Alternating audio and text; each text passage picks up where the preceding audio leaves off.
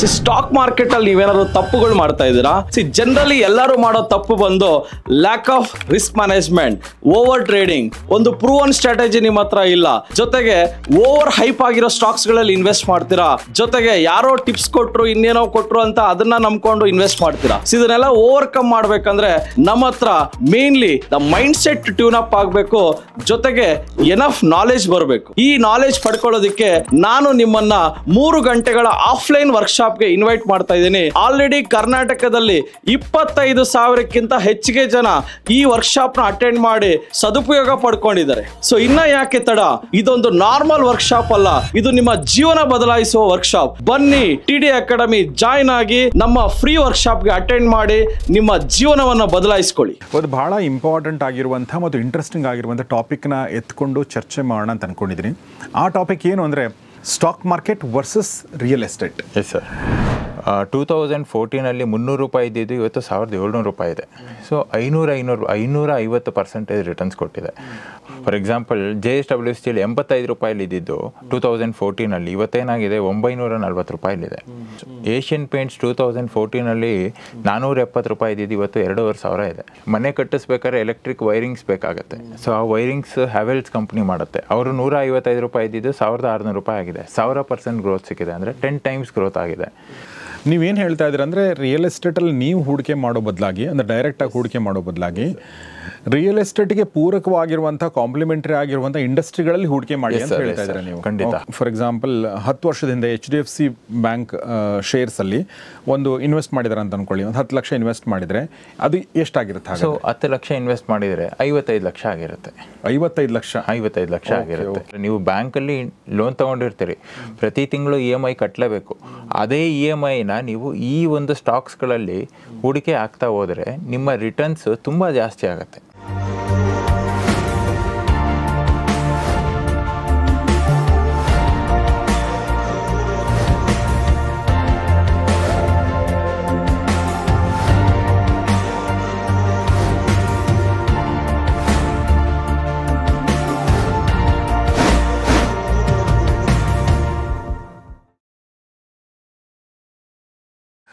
ಸ್ನೇಹಿತರೆ ನಮಸ್ಕಾರ. ಗೌರಿ ಶಕ್ಕಿ ಸ್ಟುಡಿಯೋದ ವಿಶೇಷ ಕಾರ್ಯಕ್ರಮ ಮಹಾಮನಿ ನಿಮಗೆಲ್ಲ ಆತ್ಮೀಯ ಸ್ವಾಗತ. ನಾನು ಗೌರಿ ಶಕ್ಕಿ.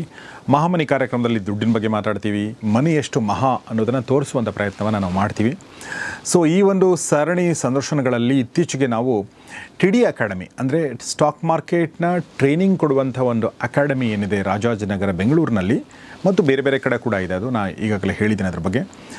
ಸೊ ಆ ಒಂದು ಸಂಸ್ಥೆಯ ಮುಖ್ಯಸ್ಥರ ಜೊತೆಗೆ ಮತ್ತು ಬೇರೆ ಬೇರೆ ಬ್ರ್ಯಾಂಚ್ನ ಮುಖ್ಯಸ್ಥರ ಜೊತೆಗೆ ನಾನು ಈಗಾಗಲೇ ಮಾತಾಡಿದ್ದೀನಿ. ಸೊ ನೋಡಿದಿರೋ ದಯವಿಟ್ಟು ಆ ವಿಡಿಯೋಗಳನ್ನ ನೋಡಿ, ಅದರ ಲಿಂಕ್ಗಳನ್ನ ಡಿಸ್ಕ್ರಿಪ್ಷನಲ್ಲಿ ಪುನೀತ್ ಅವರು ಹಾಕಿರ್ತಾರೆ, ಕಮ್ಯುನಿಟಿ ಪೇಜಲ್ಲಿ ಕೂಡ ಲಿಂಕ್ ಇರುತ್ತೆ. ಆದರೆ ಇವತ್ತು ಟಿಡಿ ಅಕಾಡೆಮಿಯ ಮೈಸೂರು ಬ್ರ್ಯಾಂಚ್ನ ಮುಖ್ಯಸ್ಥರಾಗಿರುವಂಥ ಆದರ್ಶ್ ಅವರು ನಮ್ಮೊಂದಿಗಿದ್ದಾರೆ. ಆದರ್ಶ್ ಅವ್ರನ್ನ ವೆಲ್ಕಮ್ ಮಾಡೋಣ. ನಮಸ್ತೆ ಆದರ್ಶ್. ಸೊ ಆದರ್ಶ್ ಅವರು ಮೂಲತಃ ಮೈಸೂರಿನವರೇ.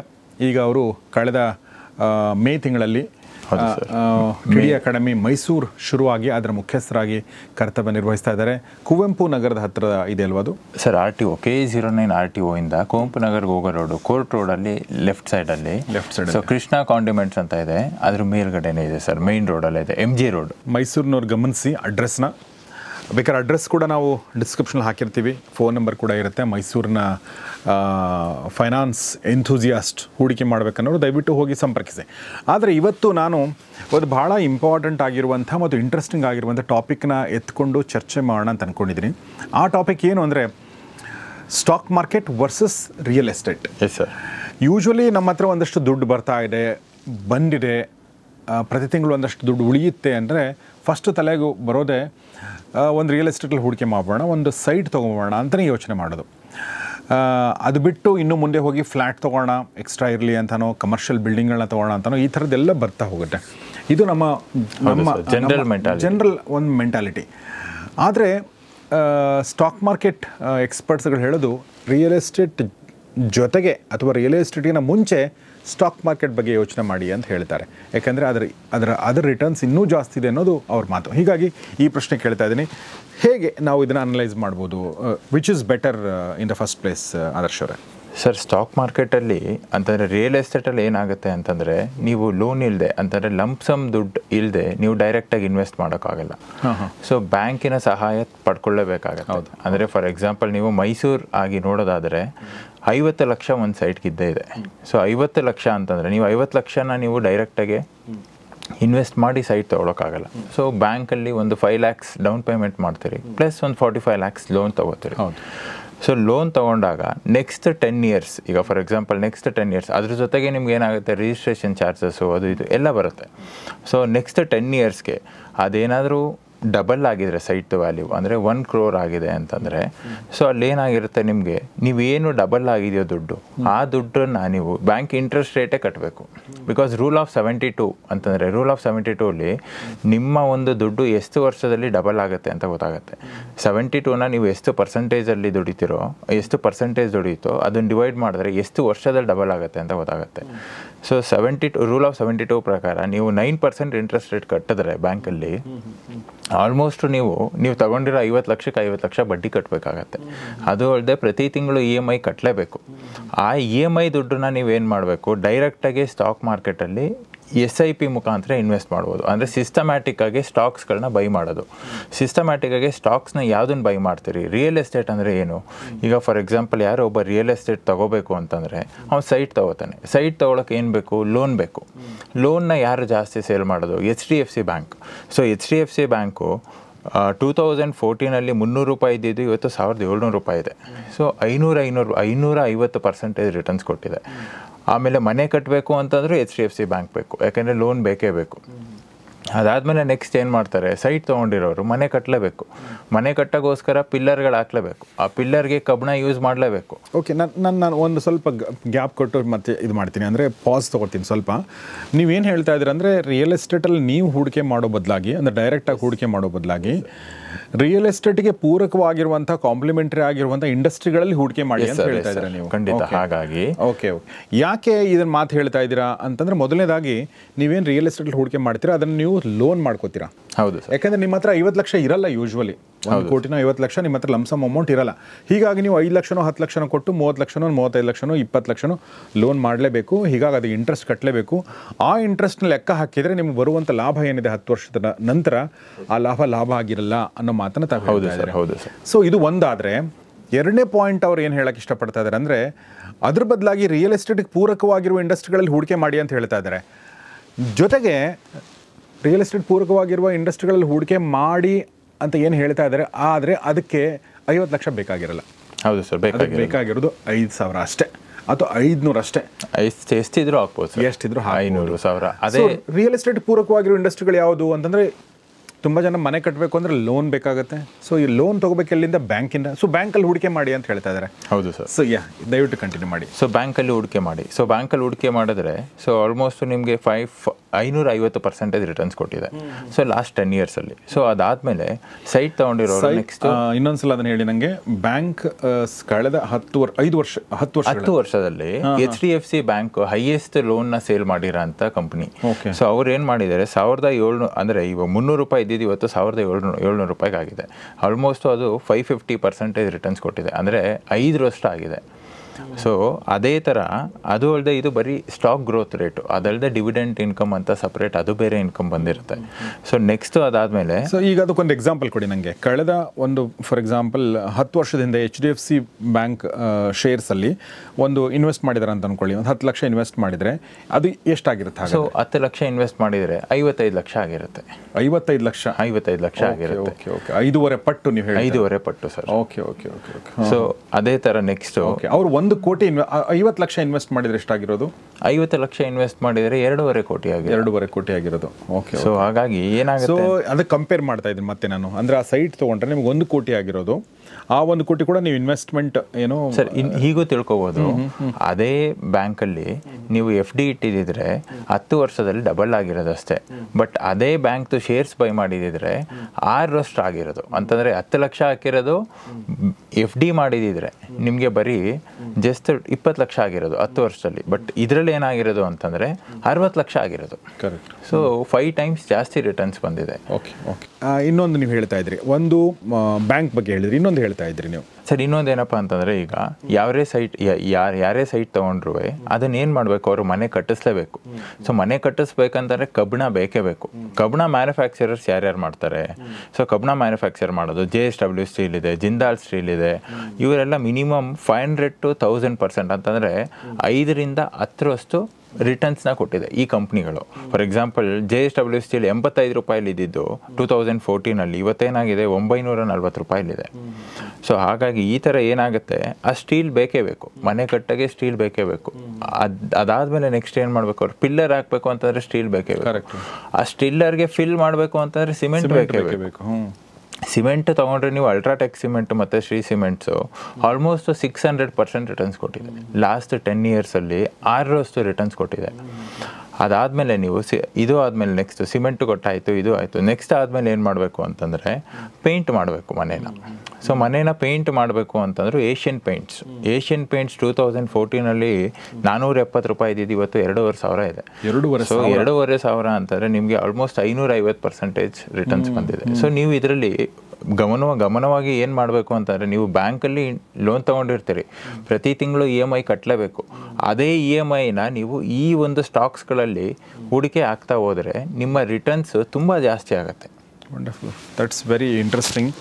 ಸೊ ಇದು ಯಾಕೆ ನೀವು ಸ್ಟಾಕ್ ಮಾರ್ಕೆಟಲ್ಲಿ ಹೂಡಿಕೆ ಮಾಡಬೇಕು ಅಂದರೆ, ರಿಯಲ್ ಎಸ್ಟೇಟ್ ಮತ್ತು ಸ್ಟಾಕ್ ಮಾರ್ಕೆಟ್ 2 ಆಪ್ಷನ್ ಇದ್ದಾಗ ಸ್ಟಾಕ್ ಮಾರ್ಕೆಟಲ್ಲೇ ಹೂಡಿಕೆ ಮಾಡಿ ಅನ್ನೋ ಮಾತನ್ನು ಆದರ್ಶ್ ಅವರು ಹೇಳ್ತಾ ಇದ್ದಾರೆ. ಸರ್ ರಿಯಲ್ ಎಸ್ಟೇಟಲ್ಲಿ ಅಂತಂದರೆ ನೀವು ಒಂದೇ ಪರ್ಟಿಕ್ಯುಲರ್ ಪ್ಲಾಟಲ್ಲಿ ಮಾತ್ರ ಇನ್ವೆಸ್ಟ್ ಮಾಡಿರ್ತೀರಿ, ಬಟ್ ಇದು ಡೈವರ್ಸಿಫೈಡ್ ಆಗಿರುತ್ತೆ. ಸೊ ಪ್ರತಿಯೊಬ್ಬರಿಗೂ ಬೇಕೇ ಬೇಕಾದಂಥ ಪ್ರಾಮುಖ್ಯವಾದ ವಸ್ತುಗಳು. ಕರೆಕ್ಟ್. ನೋಡಿ, ಈಗ ಫಾರ್ ಎಕ್ಸಾಂಪಲ್ ಒಂದು ಸೈಟಲ್ಲಿ ಇನ್ವೆಸ್ಟ್ ಮಾಡಿದ್ದೀರಾ, ನೀವು 10 ಸೈಟಲ್ಲೇ ಇನ್ವೆಸ್ಟ್ ಮಾಡಲ್ಲ. ಈಗ ಫಾರ್ ಎಕ್ಸಾಂಪಲ್ ಮೈಸೂರಲ್ಲಿ ನಾನು ರಿಂಗ್ ರೋಡ್ ಹತ್ರ ಒಂದು ತೊಗೊಂಡಿದ್ದೀನಿ, ಇನ್ನೊಂದು ಕಡೆ ಒಂದು ತೊಗೊಂಡಿದ್ದೀನಿ. ಯಾವುದಾದ್ರೂ ಒಂದು ಬೆಳೆಯುತ್ತೆ ಅಂತ ಹೇಳಿ ಯಾರು ಇನ್ವೆಸ್ಟ್ ಮಾಡೋಕ್ಕಾಗಲ್ಲ, ಯಾಕಂದರೆ ಅಷ್ಟು ದುಡ್ಡು ಯಾರ ಹತ್ರನೂ 99% ಜನರ ಹತ್ರ ದುಡ್ಡಿರಲ್ಲ. ಆದರೆ ಇಲ್ಲಿ ನೀವು ಸ್ಟೀಲಲ್ಲೂ ತೊಗೊಳ್ತೀರಾ, ನೀವು ಸಿಮೆಂಟಲ್ಲೂ ತೊಗೋತೀರಾ, ನೀವು ಬ್ಯಾಂಕಲ್ಲೂ ತೊಗೋತೀರಾ ಶೇರ್ಸ್ಗಳನ್ನ. ಯಾವುದೋ ಒಂದು ಕಡಿಮೆ ಆದರೂ ಇನ್ನೊಂದು 2-3 ಜಾಸ್ತಿ ಆಗಿರುತ್ತೆ. ಹೌದು ಸರ್. ಸೊ ಅದು ಅಲ್ಲದೆ ಡೈವರ್ಸಿಫೈಡ್ ಆಗಿರುತ್ತೆ. ಪ್ಲಸ್ ಅದು ಅಲ್ಲದೆ ಇನ್ನೂ ತುಂಬ ಸೆಕ್ಟರ್ಸ್ಗಳಿದೆ. ಫಾರ್ ಎಕ್ಸಾಂಪಲ್ ಅಥವಾ ಇನ್ನೊಂದು ಏನು ಮಾಡ್ಬೋದಾಗಿತ್ತು ಅಂತಂದರೆ, ನಿಮಗೆ ಯಾವ ಜಾಗದಲ್ಲಿ ರಿಯಲ್ ಎಸ್ಟೇಟ್ ಗ್ರೋತ್ ಆಗುತ್ತೆ ಅಂತ ಗೊತ್ತಿರಲ್ಲ, ಬಟ್ ಆದರೆ ಪ್ರೆಸ್ಟೀಜು ಮತ್ತು ಬ್ರಿಗೇಡ್ ಗ್ರೂಪ್ ಅವರು ಪ್ರಾಮುಖ್ಯವಾದ ರಿಯಲ್ ಎಸ್ಟೇಟ್, ಅವರು ಸ್ಟಾಕ್ ಮಾರ್ಕೆಟಲ್ಲಿದ್ದಾರೆ. ಆ ಕಂಪ್ನಿಗೆ ನೀವು ಡೈರೆಕ್ಟಾಗಿ ಇನ್ವೆಸ್ಟ್ ಮಾಡಿದಿದ್ರೆ, ಫಾರ್ ಎಕ್ಸಾಂಪಲ್ ಬ್ರಿಗೇಡ್ ಗ್ರೂಪ್ಗೆ 35 ರೂಪಾಯಿ ಇದ್ದಿದ್ದು ಇವತ್ತು 1,100 ರೂಪಾಯಿ ಇದೆ 10 ವರ್ಷಗಳಲ್ಲಿ. ಅಂದರೆ 3,200% ಗ್ರೋತ್ ಸಿಕ್ಕಿದೆ. ಆಲ್ಮೋಸ್ಟ್ 30 ಟೈಮ್ಸ್ ರಿಟರ್ನ್ಸ್ ಕೊಟ್ಟಿದೆ. ಪ್ರೆಸ್ಟೀಜ್ ಗ್ರೂಪು ಅವರು 135 ರೂಪಾಯಿ ಇದ್ದಿದ್ದು ಇವತ್ತು 1,500 ರೂಪಾಯಿ ಆಗಿದೆ. 1,100% ರಿಟರ್ನ್ಸ್ ಕೊಟ್ಟಿದೆ. ಸೊ ಈ ಥರ ರಿಟರ್ನ್ಸು ನಿಮಗೆ ಈಗ ಟೋಟಲಾಗಿ ನಿಮಗೆ ಒಂದು 10 ಡಿಫ್ರೆಂಟ್ ಸೆಕ್ಟರ್ಸ್ಗಳಲ್ಲಿ ಅಂತಂದರೆ ಕಬ್ಬಣ ಆಯಿತು, ಸಿಮೆಂಟ್ ಆಯಿತು, ಮತ್ತು ರಿಯಲ್ ಎಸ್ಟೇಟ್ ಡೈರೆಕ್ಟಾಗಿ ಮಾಡೋರಾಗಲಿ, ಮತ್ತು ಈ ಮನೆ ಕಟ್ಟಿಸ್ಬೇಕಾದ್ರೆ ಎಲೆಕ್ಟ್ರಿಕ್ ವೈರಿಂಗ್ಸ್ ಬೇಕಾಗುತ್ತೆ. ಸೊ ಆ ವೈರಿಂಗ್ಸ್ ಹ್ಯಾವೆಲ್ಸ್ ಕಂಪ್ನಿ ಮಾಡುತ್ತೆ. ಅವರು 155 ರೂಪಾಯಿ ಇದ್ದಿದ್ದು 1,600 ರೂಪಾಯಿ ಆಗಿದೆ. 1,000% ಗ್ರೋತ್ ಸಿಕ್ಕಿದೆ, ಅಂದರೆ 10 ಟೈಮ್ಸ್ ಗ್ರೋತ್ ಆಗಿದೆ. ಸೊ ಈ ಥರ ಎಲ್ಲ ಕಂಪ್ನಿಗಳಲ್ಲೂ ಡೈವರ್ಸಿಫೈಡ್ ಆಗಿರ್ತಾರೆ. ಪ್ರತಿಯೊಂದು ಮನೆಗಳಲ್ಲೂ ಯೂಸ್ ಮಾಡೇ ಮಾಡ್ತಾರೆ. ಅಂತಂದರೆ ಮನೆ ಈಗ ಜನಗಳು ಕೆಲಸ ಮಾಡ್ತಾರೆ, ದುಡಿತಾರೆ, ಅವರು ಕೊನೆಗೆ ಡ್ರೀಮ್ ಹೌಸ್ ಕಟ್ತಾರೆ. ಪ್ರತಿಯೊಬ್ಬರು ಡ್ರೀಮ್ ಹೌಸ್ ಕಟ್ಟಿದ್ರೂ ಆ ಡ್ರೀಮ್ ಪ್ರಾಫಿಟ್ ನಮಗೆ ಬರುತ್ತೆ. Very nice. ಬಟ್ ಒಂದೇ ಒಂದು ಕಂಡೀಷನ್ಸ್ ನನ್ನ ಪ್ರಕಾರ ಇದರಲ್ಲಿ ಅರ್ಥ ಮಾಡ್ಕೊಂಡಿದ್ದೇನೆ ಅಂದರೆ, ಲಾಂಗ್ ಟರ್ಮ್ ಇನ್ವೆಸ್ಟ್ಮೆಂಟ್ ಮಾಡಬೇಕು. ಹೌದು ಸರ್, ಲಾಂಗ್ ಟರ್ಮ್ ಇನ್ವೆಸ್ಟ್ಮೆಂಟ್ ಮಾಡಲೇಬೇಕು ಸರ್. ಅದು ಅಲ್ಲದೆ ಇದು SIP ಮಾಡ್ತಾ ಇದ್ದೀರಿ ಅಂತಂದರೆ, ಇದು ಸ್ಟಾಕ್ಸ್ಗಳು ನಿಮ್ಮ ಅಕೌಂಟಲ್ಲಿ ಇರುತ್ತೆ. ಈ ಸ್ಟಾಕ್ಸ್ಗಳು ನಿಮ್ಮ ಅಕೌಂಟಲ್ಲಿ ಇದ್ದಾಗ ಇದನ್ನೇನು ಮಾಡ್ಬೋದು, ಸಿಸ್ಟಮ್ಯಾಟಿಕ್ ಇನ್ವೆಸ್ಟ್ಮೆಂಟ್ ಪ್ಲಾನಿಂಗ್ ಅಂತ ಮಾಡಿರ್ತೀರಿ. ನೀವು EMI ಕಟ್ಟೋದ್ರ ಬದಲು SIP ಮಾಡ್ತಾ ಇದ್ದೀರಿ. ಸೊ SIP ಮಾಡಾದ್ಮೇಲೆ systematic investment come trading plan ಮಾಡ್ಬೋದು. ಈ ಒಂದು ಸ್ಟಾಕ್ಸ್ಗಳನ್ನ ಪ್ಲೆಡ್ಜ್ ಮಾಡಿದ್ರೆ 80 to 90% ನಿಮಗೆ ಟ್ರೇಡಿಂಗ್ ಮಾರ್ಜಿನ್ ಸಿಗುತ್ತೆ. ಅದರಲ್ಲಿ ಇನ್ನೂ ನಿಮ್ಗೇನಪ್ಪ ಅಂತಂದರೆ, ಈಗ ಸೈಟ್ ತೊಗೊಂಡಿರ್ತೀರಿ, ಸೈಟ್ ತೊಗೊಂಡು ನಿಮಗೆ ಮನೆ ಕಟ್ಟಿದ್ರೆ ಏನಾಗುತ್ತೆ, ಬಾಡಿಗೆ ಬರುತ್ತೆ. ಇದರಲ್ಲೂ ಸ್ಟಾಕ್ಸ್ನ ತಗೊಂಡು ಟ್ರೇಡ್ ಮಾಡಿದ್ರೆ ಬಾಡಿಗೆ ಬರುತ್ತೆ. ಸೊ ಬಾಡಿಗೆ ಎಷ್ಟು ಬರುತ್ತೆ ಅಂತಂದರೆ, ನಿಮಗೆ ರಫ್ಲಿ ಈಗ ನೀವು ಡೈರೆಕ್ಟಾಗಿ ರಿಯಲ್ ಎಸ್ಟೇಟಲ್ಲಿ ಇನ್ವೆಸ್ಟ್ ಮಾಡಿದರೆ 10 ವರ್ಷದ ಕೆಳಗಡೆ 50 ಲಕ್ಷ ಇರೋದು 2.5 to 3 ಕೋಟಿ ಆಗಿರ್ಬೋದು, 2.5 ಕೋಟಿ ಆಗ್ಬೋದು. ಬಟ್ ಆದರೆ ಅದೇ ಸ್ಟಾಕ್ ಮಾರ್ಕೆಟಲ್ಲಿ ಈ SITPನ ಯೂಸ್ ಮಾಡಿದ್ರೆ ಆ ಒಂದು 50 ಲಕ್ಷ ಇನ್ವೆಸ್ಟ್ಮೆಂಟೇನೆ ವಿತೌಟ್ ಲೋನು ಮಿನಿಮಮ್ ಅಂತಂದರೆ 7 to 8 ಕೋಟಿ ಆಗುತ್ತೆ. ಅಂದರೆ ನೀವೀಗ ಆಲ್ರೆಡಿ ಇನ್ವೆಸ್ಟ್ ಮಾಡಿರುವಂಥ ಏನು ಸ್ಟಾಕ್ಸ್ಗಳಿದೆ ಅದನ್ನು ಬ್ಯಾಂಕಲ್ಲಿ ಅಂದರೆ ನಿಮ್ಮ ಡಿಮ್ಯಾಟ್ ಅಕೌಂಟಲ್ಲಿ ಇರುತ್ತೆ ಆ ಶೇರ್ಸ್ಗಳು. ಹೌದು, ಅದನ್ನು ಪ್ಲೆಡ್ಜ್ ಮಾಡಿದ್ರೆ ನಿಮಗೆ ಟ್ರೇಡಿಂಗಿಗೋಸ್ಕರ ಮಾರ್ಜಿನ್ ಕೊಡ್ತಾರೆ. ಆ ಮಾರ್ಜಿನ್ ಇಟ್ಕೊಂಡು ನೀವು ಯಾರಿಗೆ ಪ್ಲೆಡ್ಜ್ ಮಾಡ್ಬೇಕು ಅದನ್ನು? ಬ್ರೋಕರ್ಗೆ ಸರ್, ಬ್ರೋಕರ್ಗೆ ಅಲ್ಲೇ ಬ್ರೋಕರು ಅದು ಪ್ಲೆಡ್ಜ್ ಮಾರ್ಜಿನ್ ಆಗಿ ಬರುತ್ತೆ. ಅದಕ್ಕೇನು ಇಂಟ್ರೆಸ್ಟ್ ರೇಟ್ ಏನೂ ಇರಲ್ಲ. ಆಪ್ಷನ್ಸ್ ಅನ್ನೋ ಒಂದು ಟ್ರೇಡಿಂಗ್ನ ಕಲ್ತು ತಿಂಗಳಿಗೆ 1-2% ದುಡಿದ್ರೂ ನೀವು ಇದರಲ್ಲಿ ಅಂದರೆ ನೀವು ಇದರಲ್ಲಿ 1-2% ದುಡಿದ್ರೂ 15-24% ಆಗುತ್ತೆ. ಸೊ 15-24% ಪ್ಲಸ್ ನಿಮಗೆ ಈ long term growth double returns ಆಗುತ್ತೆ. ಸೊ ಡಬಲ್ ರಿಟರ್ನ್ಸ್ ಆಗೋದ್ರಿಂದ ನಿಮಗೆ ಈಗ ಬರೀ ಸೈಟ್ ಇದ್ದರೆ ನಿಮಗೆ ಬಾಡಿಗೆ ಬರಲ್ಲ, ಮನೆ ಕಟ್ಟಿದ್ರೆ ಮಾತ್ರ ಬಾಡಿಗೆ ಬರೋದು. ಬಟ್ ಇದರಲ್ಲಿ ನಿಮ್ಗೆ ಸೈಟ್ ಇದ್ದರೆ ಸಾಕು, ಅಂದರೆ ಸ್ಟಾಕ್ಸ್ಗಳಿದ್ದರೆ ಸಾಕು, ಅದರಿಂದನೂ ಬಾಡಿಗೆ ದುಡಿಬೋದು. ಹೊಸ ಟೆಕ್ನಿಕ್ ಇದು, ನಾನು ಫಸ್ಟ್ ಕೇಳ್ತಾ ಇದ್ದೀನಿ. ಬಟ್ ಯಥಾ ಪ್ರಕಾರ ನಮ್ಮಂಥ ಕಾಮನ್ ವ್ಯಕ್ತಿಗಳಿಗೆ, ಅಂದರೆ ಫಿನಾನ್ಸ್ ಬ್ಯಾಕ್ಗ್ರೌಂಡ್ ಇಲ್ಲದವ್ರಿಗೆ, ಕಾಮರ್ಸ್ ಬ್ಯಾಕ್ಗ್ರೌಂಡ್ ಇಲ್ಲದವ್ರಿಗೆ ಸ್ವಲ್ಪ ಕಷ್ಟ ಆಗ್ಬೋದು. ಹೀಗಾಗಿ ದಯವಿಟ್ಟು ಒಬ್ಬ ಫಿನಾನ್ಸ್ ಎಕ್ಸ್ಪರ್ಟ್ಗಳನ್ನ ಸಹಾಯ ತೊಗೊಂಡು ಮಾಡಿ. ನೀವು TD ಅಕಾಡೆಮಿಯ ಯಾವುದೇ ಬ್ರಾಂಚ್, ನೀವು ಹುಬ್ಬಳ್ಳಿ ಇರ್ಬೋದು, ಮಂಗಳೂರು ಇರ್ಬೋದು, ಕಲಬುರಗಿ ಇರ್ಬೋದು ಮುಂದೆ ಬರುವಂಥ ದಿನಗಳಲ್ಲಿ, ಅಥವಾ ಬೆಂಗಳೂರು ಇರ್ಬೋದು, ಎಲ್ಲೇ ಇದ್ರೂ ಕೂಡ TD ಅಕಾಡೆಮಿ ಇದೆ, ಅಲ್ಲಿ ಹೋಗಿ ನೀವು. ಮೈಸೂರಿನವರಾದರೆ ಆದರ್ಶವರ ನಿಮಗೆ. ಹೌದು ಸರ್, ಖಂಡಿತ ಸರ್. ಓಕೆ, ಎಷ್ಟು ಗಂಟೆಯಿಂದ ಎಷ್ಟು ಗಂಟೆ ಇರ್ತೀರಾ ನೀವು? ಸರ್ ಬೆಳಗ್ಗೆ 9 ಗಂಟೆಯಿಂದ ರಾತ್ರಿ 8 ಗಂಟೆ ತನಕ ಇರ್ತೀವಿ ಸರ್.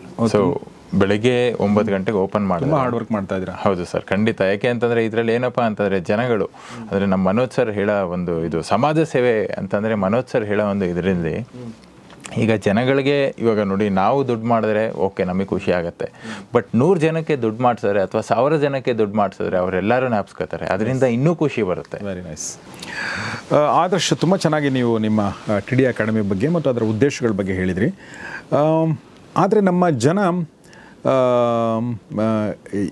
ಈ ಒಂದು ಸ್ಟಾಕ್ ಮಾರ್ಕೆಟ್ ಅಂದ ತಕ್ಷಣ ಸೈಕಾಲಜಿ ಹೇಗಿದೆ ಅಂತಂದರೆ, ಈಗಲೂ ಕೂಡ ಇಷ್ಟೆಲ್ಲ ಹೇಳಿದರೂ ಕೂಡ ಕೆಳಗಡೆ ಒಂದು ಕಮೆಂಟ್ ಆದರೂ ಇರುತ್ತೆ, ಇವ್ರ ಮಾತು ನಂಬೇಡ್ರಿ, ಎಲ್ಲ ಹೋಗುತ್ತೆ ಅಷ್ಟೇ ಅಂತ ನಿನ್ನೆನೂ ನಾನು ನೋಡಿದೆ.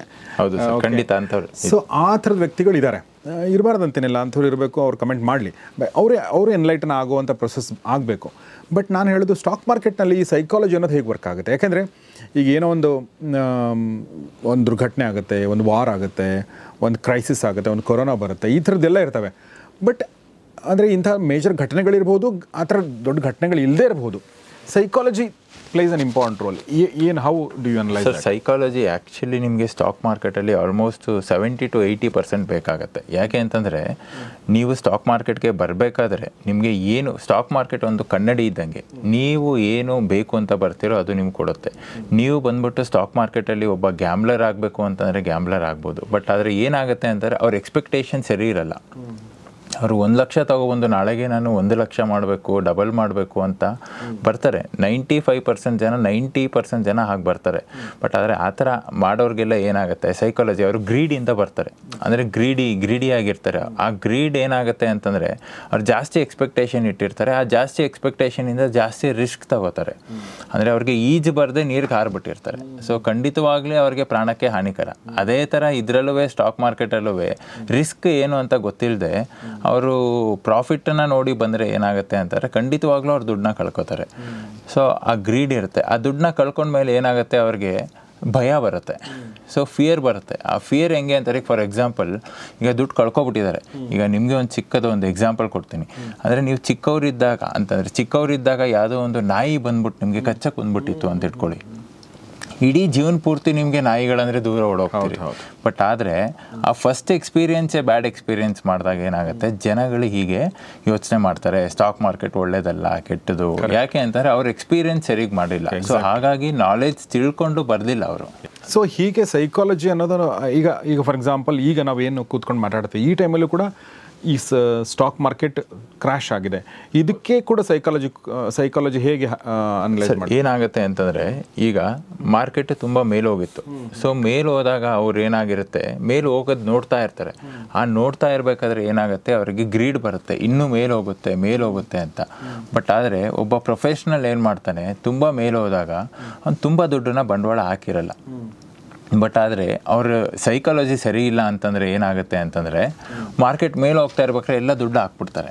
ಸೊ ಹಾಕಿದಾಗ ಏನಾಗುತ್ತೆ, ಕೆಳಗಡೆ ಬಿದ್ದಾಗ ಅವ್ರಿಗೆ ಏನು ಅನಿಸುತ್ತೆ, ಅವರು ಫಸ್ಟ್ ಆಫ್ ಆಲ್ ತಪ್ಪು ಮಾಡಿದ್ದಾರೆ. ಅಂದರೆ ಮಾರ್ಕೆಟ್ ತುಂಬ ಮೇಲೆ ಇರ್ಬೇಕಾದ್ರೆ ಹೋಗಿ ಎಲ್ಲ ಇನ್ವೆಸ್ಟ್ಮೆಂಟ್ ಮಾಡಿ ಕೂತಿದ್ದಾರೆ ಅಂತಂದರೆ ಅವರು ಬಿದ್ದಾಗ ಸ್ವಲ್ಪ ದುಡ್ಡು ಹಾಕೋಣ ಅಂತ ಅವರು ಸ್ವಲ್ಪ ಉಳಿಸ್ಕೋಬೇಕಾಗಿತ್ತು. ಆ ಒಂದು ಇದನ್ನು ಮಾಡಿಲ್ಲ. ಸೊ ಅದು ಹೆಂಗೆ ಗೊತ್ತಾಗುತ್ತೆ, ಅವ್ರಿಗೆ ಎಕ್ಸ್ಪೀರಿಯೆನ್ಸ್ ಇಲ್ಲ, ಪ್ರೊಫೆಷ್ನಲ್ ಆಗಿ ಕಲ್ತಿಲ್ಲ ಅಂತಂದರೆ ಈ ವಿಚಾರಗಳೆಲ್ಲ ಗೊತ್ತಾಗಲ್ಲ. ಗೊತ್ತಾಗಲ್ಲ. ಸೊ ಈ ವಿಚಾರ ಗೊತ್ತಾಗಿಲ್ಲ ಅಂತಂದಾಗ ಅವ್ರು ಬ್ಯಾಡ್ ಟೈಮ್, ಅವರು ಮಾರ್ಕೆಟ್ಗೆ ಬಂದು ಹಾಕಿದ್ರು, ಮಾರ್ಕೆಟ್ ಕೆಳಗಡೆ ಬಿದ್ದೋಯ್ತು. ಅವ್ರಿಗೆ ಏನಾಯಿತು, ಮಾರ್ಕೆಟ್ ಬಗ್ಗೆ ಫಿಯರ್ ಬಂತು. ಸೊ ಫಿಯರ್ ಬಂದಾಗ ಏನಾಗುತ್ತೆ, ಅವರು ಮಾರ್ಕೆಟ್ ಬಗ್ಗೆ ತಿಳ್ಕೊಂಡಿಲ್ಲ ಅಂತ ಅವ್ರನ್ನ ಅವ್ರು ಬ್ಲೇಮ್ ಮಾಡ್ಕೊಳ್ಳಲ್ಲ. ಅವ್ರು ಏನು ಹೇಳ್ತಾರೆ, ಮಾರ್ಕೆಟ್ ಸರಿ ಇಲ್ಲ ಅಂತಾರೆ. ಸೊ ಹಾಗಾಗಿ ಈ ಜನಗಳ ಕಾಮನ್ ಬಿಹೇವಿಯರ್, ಅವ್ರಿಗೆ ಏನಾದರೂ ಮೋಸ ಹೋಗೋದು, ತಪ್ಪಾಗೋದು, ಏನೇ ಒಂದು ಆದ್ರೂ ಆಟೋಮೆಟಿಕ್ಲಿ ಬ್ಲೇಮ್ ಮಾಡಿಬಿಡ್ತಾರೆ ಅವ್ರು. Very true. ಆದರ್ಶ್ ಅವರೇ, ಒಂದು ಪ್ರಶ್ನೆ ಇಲ್ಲಿದೆ. ಇದು ನಂಗೆ ಪ್ರಶ್ನೆ ಅಂದರೆ ಈ ಥರ ಪ್ರಶ್ನೆ ಕೇಳ್ಬೋದಾ ಅಂತ ನಂಗೆ ಅನ್ನಿಸ್ತಾ ಇದೆ ಆ್ಯಕ್ಚುಲಿ. ಅಂದರೆ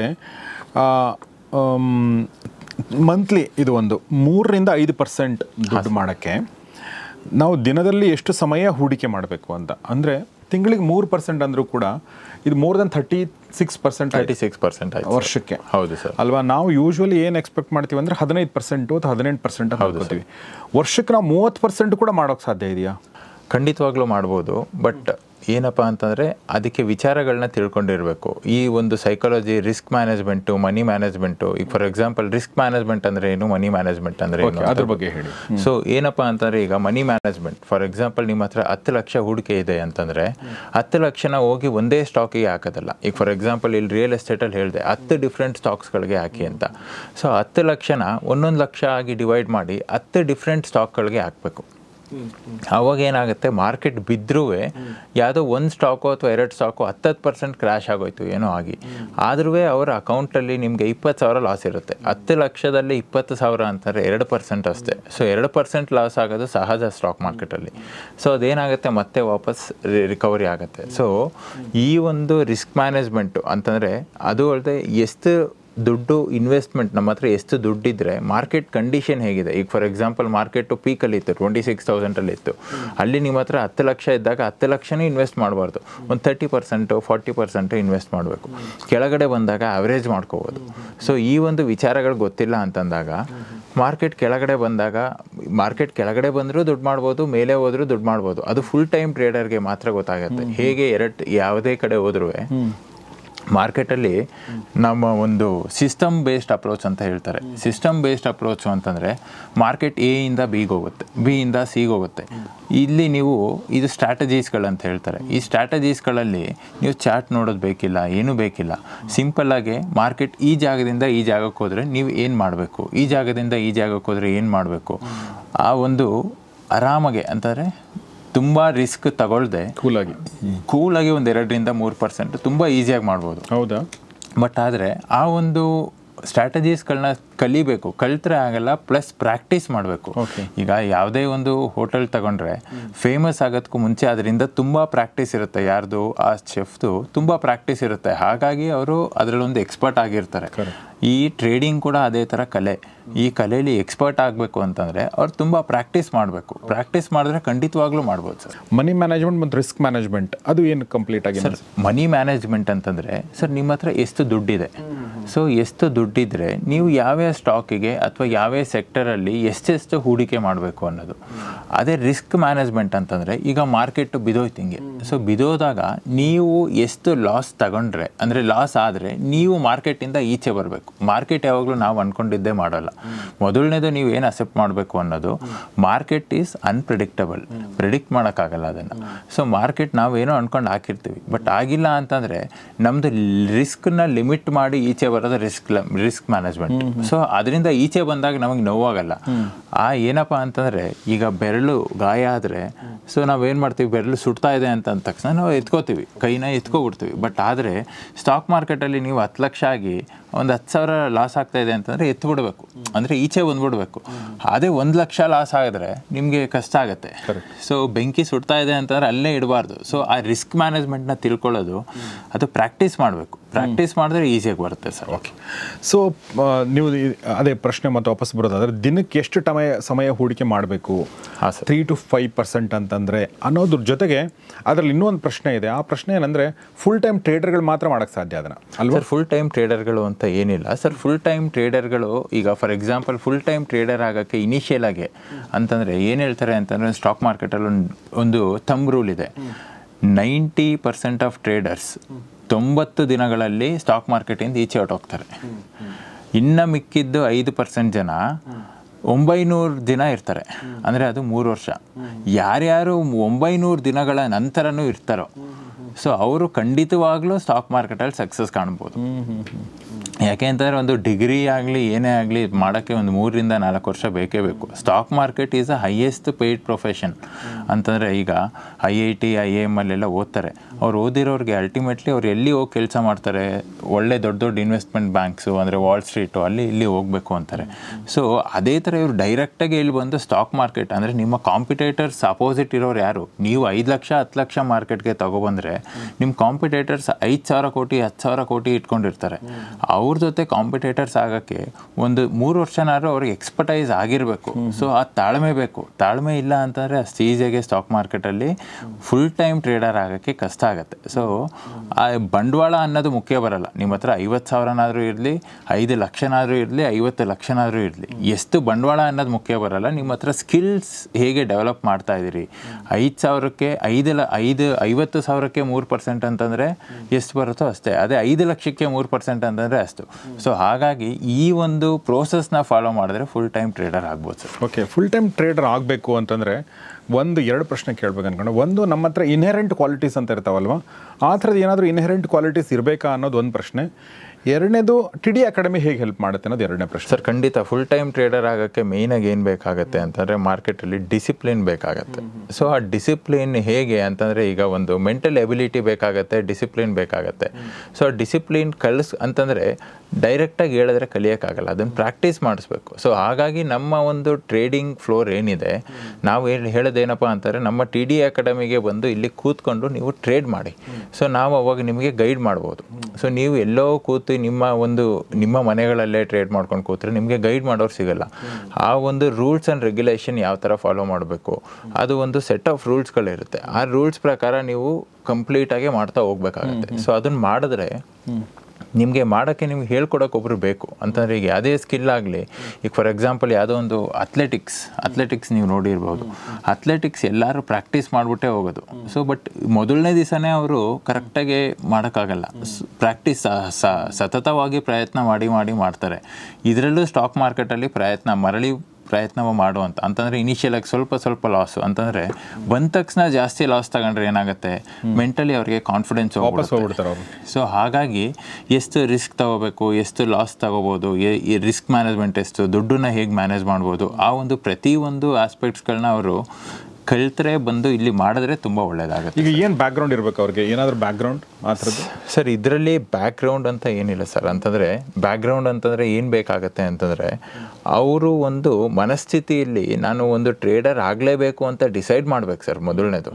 ಸೊ ಆಗ್ಬಿಟ್ಟು ಆಮೇಲೆ ರಾಂಗ್ ಅಂತಂದರೆ ತಪ್ಪು ಹೆಜ್ಜೆಗಳನ್ನ ಇಡಬಾರ್ದು.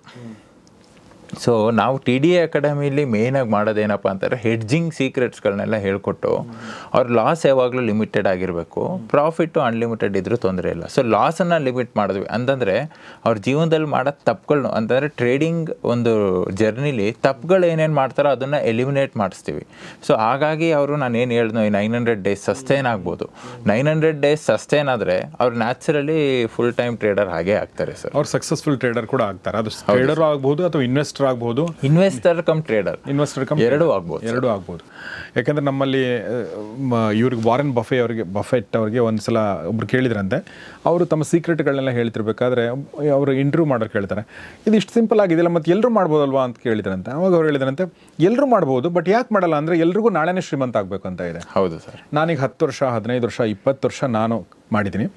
ಆಮೇಲೆ ಅವರು ಗಳಿಸಿರುವಂಥ ಸಂಪತ್ತಿನ 80% ಭಾಗ ಕಳೆದ ಒಂದು ಲಾಸ್ಟ್ 2-3 ಇಯರ್ಸಲ್ಲಿ ಬಂದಿರೋದು. ಅವ್ರು 58 ಏಜ್ ದಾಟದ್ಮೇಲೆ ಅಂತಂದರೆ ಇದು ಪವರ್ ಆಫ್ ಕಾಂಪೌಂಡಿಂಗಲ್ಲಿ ಅವರು ಇನಿಷಿಯಲ್ ಆಗಿ ಅವ್ರು ಈಗಲೂ 16 ಗಂಟೆ ಓದ್ತಾರೆ. ಸೊ 16 ಗಂಟೆ ಓದಿದ್ರು ಅವ್ರು ಮೇಯ್ನಾಗಿ 10,000ದಿಂದನೇ ಅವರು ಇನ್ವೆಸ್ಟ್ಮೆಂಟ್ ಸ್ಟಾರ್ಟ್ ಮಾಡಿರೋ ಜರ್ನಿ ಅವರು ಅಟ್ ದಿ ಏಜ್ ಆಫ್ 17 ಎಲ್ಲ ಸ್ಟಾರ್ಟ್ ಮಾಡಿಬಿಟ್ಟಿದ್ರು. ಅಲ್ಲಿಂದ ಬಂದು ಅವ್ರ ವೆಲ್ತ್ ಎನಾರ್ಮಸ್ ಆಗಿ ಗ್ರೋತ್ ಆಗಿರೋದು ಯಾವಾಗ ಅಂತಂದರೆ ಆಫ್ಟರ್ 58-55 ಮೇಲೆ ಇತ್ತೀಚೆಗೆ ಗ್ರೋತ್ ಆಗಿರೋದು. ಆ ತಾಳ್ಮೆ ಇರಲ್ಲ ಸರ್ ಸ್ಟಾಕ್ ಮಾರ್ಕೆಟಲ್ಲಿ. ಯಾಕೆ ಅಂತಂದರೆ ನಾಳೆನೇ ನಾನು ಮಾಡಿಬಿಡ್ಬೇಕು ಅಂತ ಆಗಲ್ಲ. ಹಾಗಂತ 55 ತನಕ ಅವ್ರು ಏನು ಗಳಿಸಿಲ್ಲ ಅಂತ ಅನ್ಕೋಬೇಡಿ. ಅವ್ರು 100% ತುಂಬ ಒಳ್ಳೆ ದುಡ್ಡು ಮಾಡಿದ್ದಾರೆ. ಆದರೆ ತುಂಬ ದೊಡ್ಡ ಮಟ್ಟದ ದುಡ್ಡು ಬಂದಿರೋದು ಅವ್ರಿಗೆ 55-58 ಆದಮೇಲೆ, ಅಂದರೆ ನಾವು ಊಹೆ ಮಾಡ್ಕೊಳಕ್ಕೆ ಆಗದಿರುವಂಥ ದುಡ್ಡು. ಸರ್ ಅದೇ ವಾರನ್ ಬಫೆಟ್ ಅವ್ರು ಇನ್ನೊಂದು ಹೇಳ್ತಾರೆ, stock market is a machine, ಅದು ಇಂಪೇಷೆಂಟಿಂದ ದುಡ್ಡನ್ನ ಕಿತ್ಕೊಂಡು ಪೇಷನ್ಸ್ ಆಗಿ ಯಾರು ಇರ್ತಾರೋ ಅವ್ರಿಗೆ ದುಡ್ಡು ಕೊಡೋವಂಥದ್ದು. Very nice. Okay okay okay. So patience ಆಗಿರೋರಿಗೆ ಯಾರ ಹತ್ರ ಪೇಷನ್ಸ್ ಇರಲ್ಲ ಅವ್ರ ಹತ್ರ ದುಡ್ಡು ಕಿತ್ಕೊಳ್ಳುತ್ತೆ, ಯಾರು ಪೇಷನ್ಸ್ ಆಗಿರ್ತಾರೋ ಅವ್ರಿಗೆ ದುಡ್ಡು ಕೊಡುತ್ತೆ. ಇಷ್ಟೇ ಸರ್. ಆದರ್ಶ್ ಅವ್ರ ಜೊತೆಗೆ ಸಾಕಷ್ಟು ವಿಚಾರಗಳು ಮಾತಾಡಿದೆ. ಮತ್ತೆ ಒಂದು ಬೇಸಿಕ್ ಪ್ರಶ್ನೆ ಕೇಳ್ತೀನಿ, ಈ ಪ್ರಶ್ನೆನ ಎಲ್ರಿಗೂ ಕೇಳ್ತೀನಿ, ನಿಮಗೂ ಕೇಳ್ತೀನಿ. ಸ್ಟಾಕ್ ಸೆಲೆಕ್ಷನ್ ಮಾಡೋದು ಹೇಗೆ, ಅದ್ರ ಬಗ್ಗೆ ಒಂದು ಸರ್ ತುಂಬ ಸಿಂಪಲ್ ವೇ ಅಂತಂದರೆ, ಆಲ್ಬರ್ಟ್ ಐನ್ಸ್ಟೈನ್ ಅವ್ರು ಹೇಳೋ ಪ್ರಕಾರ ಸಿಂಪ್ಲಿಸಿಟಿ ಆಲ್ವೇಸ್ ವಿನ್ಸ್. ಅಂತಂದರೆ ನೀವು ಏನೋ ಒಂದು ವಿದ್ಯೆ ಕಲ್ತಿದ್ದೀವಿ ಅಂತಂದರೆ ಆ ಒಂದು 5ನೇ ಕ್ಲಾಸ್ ಮಗುಗೂ ಹೇಳ್ಕೊಟ್ರೆ ಈಸಿಯಾಗಿ ಗೊತ್ತಾಗುತ್ತೆ ಅಂತೆ. ಸೊ ಅಂದರೆ ನೀವು ಕಲ್ತಿದ್ದೀರಿ ಅಂತ ಅದು ಅರ್ಥ. ಸೊ ಇದರಲ್ಲಿ ಸಿಂಪಲ್ಲಾಗಿ ಸ್ಟಾಕ್ ಸೆಲೆಕ್ಷನ್ ಮಾಡೋದು. ಈಗ 7,000 ಕಂಪ್ನಿಗಳಿದೆ, ಅಷ್ಟು ಬೇಕಾಗಿಲ್ಲ. ಆ ಕ್ವಾಲಿಟಿ ಕಂಪ್ನಿಗಳು ಒಂದು 200ರಿಂದ 250 ಇದೆ. ಕ್ವಾಲಿಟಿ ಕಂಪ್ನಿ ಹುಡ್ಕೋದು ಹೇಗೆ ಅಂತಂದರೆ, ನಮ್ಮ ಮನೋಜ್ ಸರ್ ಅವ್ರು ಹೇಳಿರೋ ಪ್ರಕಾರ 50,000 ಕೋಟಿ ಮೇಲೆ ಯಾವ್ಯಾವ ಕಂಪ್ನಿಗಳಿದೆ, ಮಾರ್ಕೆಟ್ ಕ್ಯಾಪ್, ಲಾರ್ಜ್ ಕ್ಯಾಪ್ಗಳು, ಅದನ್ನು ಆ ಒಂದು 250 ಸ್ಟಾಕ್ಗಳನ್ನ ತಗೋಬೇಕು. ಮಂತ್ಲಿ ಚಾರ್ಟ್ ಅಂತಂದರೆ ಲಾಂಗ್ ಟರ್ಮ್ ಚಾರ್ಟ್ ಹಾಕಿ 20 ಡೇ ಮೂವಿಂಗ್ ಅವರೇಜ್ ಸಿಂಪಲ್ ಆಗಿದೆ ಸರ್. 20 ಡೇ ಮೂವಿಂಗ್ ಅವರೇಜಲ್ಲಿ ಅಪ್ ಸ್ಲೋಪಿಂಗ್ ಆಗಿರಬೇಕು, ಅಂದರೆ ಸಿಂಪಲ್ ಆಗಿ ಅಪ್ ಟ್ರೆಂಡಲ್ಲಿದೆ ಅಂತ. ಆ ಒಂದು ಸ್ಟಾಕ್ಗಳು ಯಾವುದು ಅಂತಂದರೆ ಒಂದು ವೀಕ್ಲಿ ಟೈಮ್ ಫ್ರೇಮಲ್ಲಿ ಒಂದು 20 ಮೂವಿಂಗ್ ಅವರೇಜ್ ಹತ್ರ ಒಂದು ಸ್ವಲ್ಪ ಕೆಳಗಡೆ ಬಂದಿರ್ತಾವೆ ಅಂತಂದರೆ ಅರ್ಥ ಮಾಡ್ಕೊಳ್ಳಿ. ಸಿಂಪಲ್ ಇಲ್ಲಿ ಲಾಂಗ್ ಟರ್ಮಲ್ಲಿ ಮೇಲೆ ಹೋಗ್ತಾ ಇರೋಂಥದ್ದು, ಅಂದರೆ ನದಿ ಒಂದು ಕಡೆ ಅಲ್ಲಿ ಹರಿತಾ ಇದೆ, ಅದು ಸಮುದ್ರಕ್ಕೆ ಹೋಗೋದು, ಅಂದರೆ ಅದು ಮೇಲೆ ಹೋಗೋದು. ಆ ಒಂದು ಸ್ಟಾಕ್ಗಳನ್ನ ಸ್ವಲ್ಪ ಕೆಳಗಡೆ ಬಂದಾಗ ಆ ಒಂದು ಸ್ಟಾಕ್ಗಳನ್ನ ಸೆಲೆಕ್ಟ್ ಮಾಡಿ ಡೈವರ್ಸಿಫಿಕೇಷನ್, ಮನಿ ಮ್ಯಾನೇಜ್ಮೆಂಟ್ ಪ್ರಕಾರ ಡೈವರ್ಸಿಫೈ ಮಾಡಿ ಇನ್ವೆಸ್ಟ್ ಮಾಡಿದ್ರೆ ಖಂಡಿತವಾಗ್ಲೂ ತುಂಬ ಸಿಂಪಲ್ ಆಗಿರುತ್ತೆ ಸರ್. ಆದರೆ ಮೆಜಾರಿಟಿ ಜನ ಫೇಲ್ ಆಗೋದೇ ಇಲ್ಲಿ ಸರ್, ಲಾಂಗ್ ಟರ್ಮ್ ಚಾರ್ಟ್ಸ್ಗಳನ್ನ ನೋಡೋದೇ ಇಲ್ಲ. ಅವ್ರಿಗೇನಪ್ಪ ಅಂತಂದರೆ ನೀವೇ ಹೇಳ್ದಂಗೆ ನಾಳೆನೇ ಆಗ್ಬಿಡ್ಬೇಕು, ಇನ್ನೊಂದು ಸ್ವಲ್ಪ ದಿವಸದಲ್ಲೇ ನಾನು ಶ್ರೀಮಂತ ಆಗ್ಬಿಡ್ಬೇಕು, ಆ ಥರ ಆದರೆ ಆಗಲ್ಲ. ಸೊ ಅದೊಂದು ಸಿಂಪಲ್ ಆಗೇ ಮಾಡ್ಬೋದು sir. So basic simplicity always wins ಅನ್ನೋ ಹಾಗೆ ನಮ್ಮ ಲೈಫಲ್ಲಿ ನಾವು ಸಕ್ಸಸ್ಫುಲ್ ಆಗಬೇಕಾದ್ರೂ ಕೂಡ ಈ ಸೂತ್ರಗಳು ಬೇಕೇ ಬೇಕು. ಫಾರ್ ಎಕ್ಸಾಂಪಲ್ ಈಗ ಪೇಷನ್ಸ್ ಅಂತ ಹೇಳಿದರು, ಫಾರ್ ಎಕ್ಸಾಂಪಲ್ ಡಿಸಿಪ್ಲಿನ್, ಇದು ಎಲ್ಲ ಕ್ಷೇತ್ರಕ್ಕೂ ಅನ್ವಯ ಆಗುತ್ತೆ, ಬರೀ ಸ್ಟಾಕ್ ಮಾರ್ಕೆಟ್ ಅಂತಲ್ಲ. ನೀವು ಯಾವುದೇ ಕ್ಷೇತ್ರದಲ್ಲಿ ಹೋದರೂ ಕೂಡ, ನೀವು ಸಿನಿಮಾಗೆ ಹೋಗಿ, ನೀವು ಜರ್ನಲಿಸಮ್ಗೆ ಹೋಗಿ, ಎಲ್ಲ ಕಡೆ ಡಿಸಿಪ್ಲಿನ್ ಬೇಕು, ಎಲ್ಲ ಕಡೆ ಪೇಷನ್ಸ್ ಬೇಕು, ಎಲ್ಲ ಕಡೆ ಕನ್ಸಿಸ್ಟೆನ್ಸಿ ಬೇಕು. ಸೊ ಅದು ಇಲ್ಲೂ ಕೂಡ ಅಪ್ಲೈ ಆಗುತ್ತೆ. ಆದರೆ ಈ ಎಲ್ಲ ಕ್ವಾಲಿಟಿಗಳ ಜೊತೆಗೆ, ಅಂದರೆ ಇವೆಲ್ಲ ಒಂದು ಬೇಸಿಕ್ ಇನ್ಹೆರೆಂಟ್ ಕ್ವಾಲಿಟಿಗಳು ಬೇಕು ಅನ್ನೋದ್ರ ಜೊತೆಗೆ ಇನ್ನೊಂದಷ್ಟು ಕ್ವಾಲಿಟಿಗಳನ್ನ ನೀವು ಇನ್ಕಲ್ಕೇಟ್ ಮಾಡಬೇಕಂದ್ರೆ ನೀವು ಕಲ್ಕೋಬೇಕಾಗುತ್ತೆ ನಿಧಾನವಾಗಿ. ಸೊ ಆ ಕ್ವಾಲಿಟಿಗಳನ್ನ ಕಲಿಸೋದಕ್ಕೆ ಟಿಡಿ ಅಕಾಡೆಮಿ ಇದೆ. ಆಲ್ ಓವರ್ ಕರ್ನಾಟಕ ಇದೆ, ಮಂಗಳೂರಿದೆ, ಮೈಸೂರಿದೆ ಮತ್ತು ಹುಬ್ಬಳ್ಳಿನಲ್ಲಿದೆ, ಈಗ ಗುಲ್ಬರ್ಗದಲ್ಲಿ ಶುರು ಆಗ್ತಾ ಇದೆ, ಬೆಂಗಳೂರಲ್ಲಂತೂ 3 ಕಡೆ ಇದೆ ಸರ್. ಇನ್ನೊಂದು ವಿಚಾರ ಹೇಳಬೇಕು, ಈಗಿನ ಯೂತ್ಸ್ಗಳು ತುಂಬ ಜನ ಡಿಗ್ರಿ ಪಾಸ್ಔಟ್ ಆಗ್ತಾರೆ, ಎಲ್ಲ ಆಗ್ತಾ ಇದ್ದಾರೆ, ಅನ್ಎಂಪ್ಲಾಯ್ಮೆಂಟ್ ರೇಟ್ ಜಾಸ್ತಿ ಆಗ್ತಾ ಇದೆ. ಸೊ ಹಾಗಾಗಿ ಇದು ಸೆಲ್ಫ್ ಎಂಟ್ರಪ್ರನರ್ಶಿಪ್ ಅಂತಂದರೆ ಅವರೇ ಎಂಟ್ರಪ್ರನರ್ ಆಗಿ ದುಡಿಬೋದು. ಅಂತಂದರೆ ಅವರು ಯಾವ ಜಾಗದಲ್ಲಿದ್ದರೂ ದುಡಿಬೋದು, ಎಲ್ಲಿದ್ದರೂ ದುಡಿಬೋದು. ಅವ್ರಿಗೇನು ಅಂದರೆ ಬಂಡವಾಳ ಅನ್ನೋದಕ್ಕಿಂತ ಅವ್ರಿಗೆ ಯಾವುದೋ ಒಂದು ಇದೇ ಪ್ಲೇಸಲ್ಲಿ ಮಾಡಬೇಕು, ಸೇಲ್ಸ್ ಮಾಡಬೇಕು, ಮಾರ್ಕೆಟಿಂಗ್ ಮಾಡಬೇಕು, ಏನೂ ವಿಚಾರಗಳಿಲ್ಲ. ಅವರು ಕೂತು ಜಾಗದಲ್ಲಿ ದುಡಿಬೋದು, ಸೆಲ್ಫ್ ಎಂಪ್ಲಾಯ್ಡ್. ಎಸ್. ಸೊ ಈ ಥರ ಒಂದು ಸ್ಕಿಲ್ನ ಕಲಿಬೇಕಾದ್ರೆ ಅವರು ಸ್ವಲ್ಪ ತಾಳ್ಮೆ ಕೊಡಬೇಕು, ಪೇಷನ್ಸ್ ಕೊಡಬೇಕು, ಸ್ವಲ್ಪ ಹಾರ್ಡ್ ವರ್ಕ್ ಮಾಡಲೇಬೇಕು sir. So stock market is not ಅಂದರೆ ಸ್ಟಾಕ್ ಮಾರ್ಕೆಟ್ ಎಲ್ಲರೂ ಏನು ತಿಳ್ಕೊತಾರೆ ಅಂತಂದರೆ ಗೆಟ್ ರಿಚ್ ಕ್ವಿಕ್ ಅನ್ಕೋತಾರೆ, ಬಟ್ ಆದರೆ ಇದು get rich slow business sir. Okay okay, but you will certainly get rich. That is very important. Yes. So thank you very much Adarsh, ನಮ್ಮ ಜೊತೆ ಇಷ್ಟೊತ್ತು ಮಾತಾಡಿದ್ದಕ್ಕಾಗಿ. ಸೊ ಆದರ್ಶ್ ಅವರು ಮೈಸೂರಿನ ಟಿಡಿ ಅಕಾಡೆಮಿ ಮುಖ್ಯಸ್ಥರು. ನೀವು ಮೈಸೂರಿಗೆ ಹೋದರೆ ಅಡ್ರೆಸ್ ನಾವೇನು ಡಿಸ್ಕ್ರಿಪ್ಷನಲ್ಲಿ ಕೊಟ್ಟಿದ್ದೀವಿ, ನೀವು ಹೋಗಿ ಅವ್ರನ್ನ ಭೇಟಿಯಾಗಿ. ಭಾನುವಾರ ನೀವು ಕ್ಲಾಸ್ ಮಾಡ್ತೀರಲ್ವ? ಸೊ ಭಾನುವಾರದ ಕ್ಲಾಸಿಗೆ ಬೆಳಿಗ್ಗೆ 10 ಗಂಟೆಗೆ ಕ್ಲಾಸ್ ಇರುತ್ತೆ, ಫ್ರೀ ಕ್ಲಾಸ್ ಇರುತ್ತೆ. ಅಲ್ಲಿ ಹೋಗಿ ಒಂದ್ಸಲ ನೀವು ಟೆಸ್ಟ್ ಮಾಡಿ ನೀರನ್ನು, ಓಕೆ, ಅದಾದಮೇಲೆ ನೀವು ಅದರಲ್ಲಿ ಧುಮುಕಿ. ಸೊ ಬಟ್ ಅದಕ್ಕೆ ಹೆಲ್ಪ್ ಮಾಡೋಕ್ಕೆ, ಈಜು ಕಲಿಸೋದಕ್ಕೆ ಅವ್ರ ಟೀಮ್ ಇದೆ. ಸೊ ಅಷ್ಟು ಹೇಳ್ತಾ ನಾನು ಮತ್ತೊಂದು ಸಲ ಮನೋಜ್ ಅವರಿಗೆ ಧನ್ಯವಾದಗಳನ್ನ ಹೇಳ್ತೀನಿ. ಥ್ಯಾಂಕ್ ಯು ವೆರಿ ಮಚ್ ನಮ್ಮ ಜೊತೆ ಇಷ್ಟೊತ್ತು ಮಾತಾಡಿದ್ದಕ್ಕಾಗಿ ಮತ್ತು ಈ ಎಲ್ಲ ವಿಚಾರಗಳನ್ನ ಶೇರ್ ಮಾಡ್ಕೊಂಡಿದ್ದಕ್ಕಾಗಿ ಥ್ಯಾಂಕ್ ಯು. ಸೊ ಸ್ನೇಹಿತರೆ, ಇದು ಮಹಾಮನಿ ಕಾರ್ಯಕ್ರಮದ ಮತ್ತೊಂದು ಎಪಿಸೋಡ್. ಟಿಡಿ ಅಕಾಡೆಮಿಯ ಸರಣಿಯ ಎಪಿಸೋಡ್ಗಳಲ್ಲಿ ಇದು ಕೂಡ ಒಂದು. ಮನೋಜ್ ಕುಮಾರ್ ಅವರು ಹೇಳಿರೋ ಹಾಗೆ ಕನ್ನಡಿಗರನ್ನ ಶ್ರೀಮಂತರನ್ನು ಮಾಡಬೇಕು ಅನ್ನೋದು ಏನು ಮಾತಿದೆ, ಅದರಲ್ಲಿ ನಮ್ಮದು ಒಂದು ಅಳಿಲು ಸೇವೆ. ನಮ್ಮ ವಿಡಿಯೋಗಳ ಮೂಲಕ ನಿಮಗೊಂದು ಸ್ವಲ್ಪ ಇನ್ಸ್ಪಿರೇಷನ್ ಸಿಕ್ಕು, ನೀವು ಈ ಥರ ಕೋರ್ಸ್ಗಳನ್ನ ಮಾಡಿಕೊಂಡು ನಿಮ್ಮ ಹಣವನ್ನು ಸಿಸ್ಟಮ್ಯಾಟಿಕ್ಕಾಗಿ ಇನ್ವೆಸ್ಟ್ಮೆಂಟ್ ಮಾಡಿಕೊಂಡ್ರೆ ನಿಮ್ಮ ಲೈಫ್ ಚೆನ್ನಾಗಿರ್ಬೋದು. ವಿಶೇಷವಾಗಿ ಯಂಗ್ ಲಾಟ್ ಏನಿದ್ದಾರೆ, 20 ವರ್ಷ, 25 ವರ್ಷ, 30 ವರ್ಷ, ಅಂಥವ್ರು ದಯವಿಟ್ಟು ಇದನ್ನು ಸೀರಿಯಸ್ ಆಗಿ ತೆಗೆದುಕೊಂಡು ಓಕೆ ಇನ್ವೆಸ್ಟ್ ಮಾಡೋಕ್ಕೆ ಶುರು ಮಾಡಿ. ಮತ್ತು ಕೆಲವೊಂದು ಸಲ ಕೆಲಸ ಇಲ್ಲ ಅಂತ ಅನ್ನೋರು ಸೆಲ್ಫ್ ಎಂಪ್ಲಾಯ್ಮೆಂಟ್ ಆಗ್ಬೋದು, ನೀವು ಸೆಲ್ಫ್ ಎಂಪ್ಲಾಯ್ಡ್ ಆಗ್ಬೋದು ನೀವು. ಸೊ ಅದನ್ನು ಕೂಡ ನೀವು ಯೋಚನೆ ಮಾಡಿ ಅಂತ ಹೇಳ್ತಾ ನಾನು ಈ ಎಪಿಸೋಡ್ ಮುಗಿಸ್ತಿದ್ದೀನಿ. ಹೆಚ್ಚಿನ ಮಾಹಿತಿ ಬೇಕು ಅಂದರೆ ಅವ್ರ ಫೋನ್ ನಂಬರ್ ಇದೆ, ದಯವಿಟ್ಟು ಅವ್ರನ್ನ ನೀವು ಸಂಪರ್ಕಿಸಿ. ನೋಡ್ತಾರೆ ಗೌರಿ ಶೆಟ್ಟಿ ಸ್ಟುಡಿಯೋ, ನೋಡ್ತಾರೆ ಮಹಾಮನಿ ಕಾರ್ಯಕ್ರಮ. ನಮಸ್ಕಾರ. ಸ್ಟಾಕ್ ಮಾರ್ಕೆಟ್ ಅಲ್ಲಿ ನೀವೇನಾದ್ರು ತಪ್ಪುಗಳು ಮಾಡ್ತಾ ಇದ್ದೀರಾ? ಜನರಲಿ ಎಲ್ಲರೂ ಮಾಡೋ ತಪ್ಪು ಬಂದು lack of risk management, over trading, ಒಂದು ಪ್ರೂವನ್ ಸ್ಟ್ರಾಟಜಿ ನಿಮ್ಮ ಹತ್ರ ಇಲ್ಲ, ಜೊತೆಗೆ ಓವರ್ ಹೈಪ್ ಆಗಿರೋ ಸ್ಟಾಕ್ಸ್ ಗಳಲ್ಲಿ ಇನ್ವೆಸ್ಟ್ ಮಾಡ್ತೀರಾ, ಜೊತೆಗೆ ಯಾರೋ ಟಿಪ್ಸ್ ಕೊಟ್ರು ಇನ್ನೇನೋ ಕೊಟ್ರು ಅಂತ ಅದನ್ನ ನಂಬ್ಕೊಂಡು ಇನ್ವೆಸ್ಟ್ ಮಾಡ್ತೀರಾ. ಇದನ್ನೆಲ್ಲ ಓವರ್ಕಮ್ ಮಾಡ್ಬೇಕಂದ್ರೆ ನಮ್ಮ ಹತ್ರ mainly the mind set tune up ಆಗ್ಬೇಕು, ಜೊತೆಗೆ ಎನಫ್ ನಾಲೆಜ್ ಬರಬೇಕು. ಈ ನಾಲೆಜ್ ಪಡ್ಕೊಳ್ಳೋದಕ್ಕೆ ನಾನು ನಿಮ್ಮನ್ನ 3 ಗಂಟೆಗಳ ಆಫ್ಲೈನ್ ವರ್ಕ್ಶಾಪ್ಗೆ ಇನ್ವೈಟ್ ಮಾಡ್ತಾ ಇದ್ದೀನಿ. ಆಲ್ರೆಡಿ ಕರ್ನಾಟಕದಲ್ಲಿ 25,000ಕ್ಕಿಂತ ಹೆಚ್ಚಿಗೆ ಜನ ಈ ವರ್ಕ್ಶಾಪ್ ನ ಅಟೆಂಡ್ ಮಾಡಿ ಸದುಪಯೋಗ ಪಡ್ಕೊಂಡಿದ್ದಾರೆ. ಸೊ ಇನ್ನ ಯಾಕೆ ತಡ? ಇದೊಂದು ನಾರ್ಮಲ್ ವರ್ಕ್ಶಾಪ್ ಅಲ್ಲ, ಇದು ನಿಮ್ಮ ಜೀವನ ಬದಲಾಯಿಸುವ ವರ್ಕ್ಶಾಪ್. ಬನ್ನಿ, TD ಅಕಾಡೆಮಿ ಜಾಯ್ನ್ ಆಗಿ ನಮ್ಮ ಫ್ರೀ ವರ್ಕ್ಶಾಪ್ಗೆ ಅಟೆಂಡ್ ಮಾಡಿ ನಿಮ್ಮ ಜೀವನವನ್ನು ಬದಲಾಯಿಸಿಕೊಳ್ಳಿ.